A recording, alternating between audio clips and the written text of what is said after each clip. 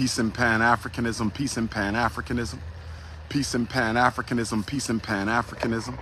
Peace and Pan-Africanism, peace and Pan-Africanism. This is your big brother, King Kong Consciousness, Dr. Umar Johnson. I'm live and direct in Kingston, Jamaica right now, and I'm visiting the grave of one of our greatest Pan-Africanist female scholars. I'm visiting the grave of one of our greatest Pan-Africanist female warriors, brothers and sisters, live from Kingston, Jamaica. I'm at the grave of Queen Mother Amy JACQUES Garvey, brothers and sisters. I'm at the gravesite of Queen Mother Amy JACQUES Garvey. This is the second wife. This is the second wife of the most honorable Marcus Messiah Garvey, brothers and sisters. Shout out to all my Jamaican Africans. I'm on the island with you. Shout out to all my Caribbean Africans. I'm in the ocean with you.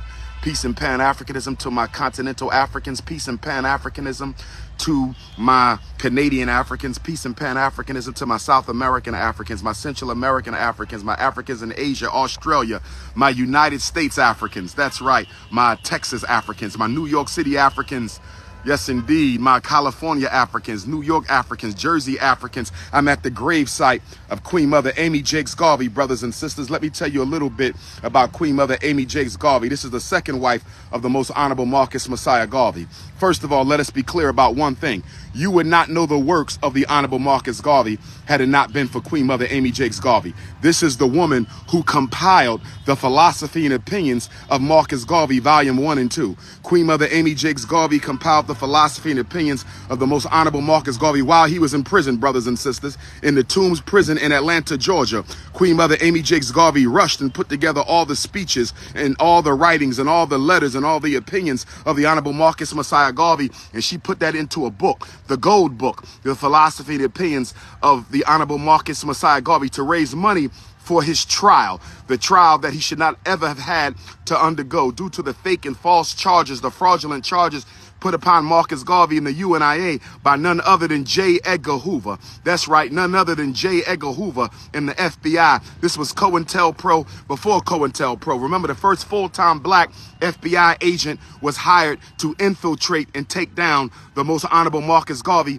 in the Universal Negro Improvement Association and African Communities League. But it was this bold, this brave, this powerful black woman who put together the philosophy and opinions of Marcus Garvey. And then later on, she wrote Garvey and Garveyism, brothers and sisters. If you haven't read Garvey and Garveyism, then you don't know the story of the honorable Marcus Messiah Garvey. And then after that, she co-edited Marcus Garvey in the Vision of Africa with our great grandmaster teacher ancestor, Dr. John Henry Clark, brothers and sisters. And it was this black woman who wrote a letter to the 5th Pan-African Conference in Manchester, England, telling them to drop the use of the word Negro and start calling our people Africans. I'm going to say it again. It was Queen Mother Amy JACQUES Garvey who wrote a letter to the 5th Pan-African Conference with W.E.B. Du Bois and Amy Ashwood Garvey. And I believe that Jomo Kenyatta and some of the early Pan-Africanist freedom fighters on the continent were at the 5th Manchester Conference in England. And it was Queen Mother Amy JACQUES who said we should no longer call our people Negroes, we must call them African.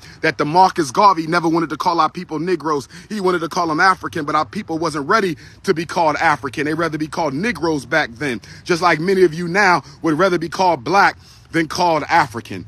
This black woman right here, brothers and sisters, was powerful. She worked with many of the up-and-coming Pan-Africanist leaders in Africa and throughout the Caribbean. She was also a pioneering black womanist. I didn't say black feminist. I said black womanist. If you're a black feminist, you following white women. If you're a black womanist, then you following that sacred tradition of female African spirituality and energy. She was one of the main black female liberation writers of the 19th century, of the 20th century, excuse me. Amy JACQUES Garvey used to write articles for the Negro World. She had her own corner in the Negro World where she would express the issues that black women were facing. Please keep in mind that the honorable Marcus Garvey led the only movement of his time that viewed the woman as an organizational and revolutionary equal to the black man. No other organization in Garvey's day treated the black woman as an equal to the black man. Remember, for every UNIA division, you had a man president, but you also had to have a lady president. No other organization at that time or since then mandates that there must be a lady president right next to the man president. And it was this black woman, Amy Jakes Garvey, who talked about the issues of black women. She's the one who led the way for black women in the Pan-Africanist struggle. She demanded equality in the Pan-African struggle. And when the most honorable Marcus Garvey was in jail, it was Queen Mother Amy Jakes Garvey that helped keep the organization together. She was going around speaking. And according to some who heard her, they consider her one of the greatest black female orators of all time. I said she was considered one of the greatest black female orators of all time. And some even say that her oratorical prowess rivaled that of the Honorable Marcus Garvey himself. In fact, one time, Marcus Garvey was supposed to give a speech, and he didn't let his wife, Queen Mother Amy Jakes Garvey, open up for him, and the crowd began to protest Marcus Garvey. I'm going to say it again. In New York City, Garvey opened up the speech without letting Queen Mother Amy Jakes Garvey open up for him, and the crowd began to protest Marcus Garvey, and they demanded that they hear from Queen Mother Amy Jakes Garvey. This is the hidden story of black women in Pan-Africanism. This is the hidden story of our sisters in the revolution. So while I'm here in Jamaica, while I'm here in Kingston, I had to come and visit the grave of the wife, the woman who held down the movement and held down the memory of the man, the greatest black leader of the 20th century, greatest human organizer of all time, and the only black man to lead a mass movement who didn't have to create a religion, use religion, or exploit religion. Marcus Garvey said, if you want to be a Muslim, go pray in the mosque. You want to be a Christian, go pray in the church. But when you come to the UNIA, when you come to the red, black, and green, we exist for one reason and one reason only,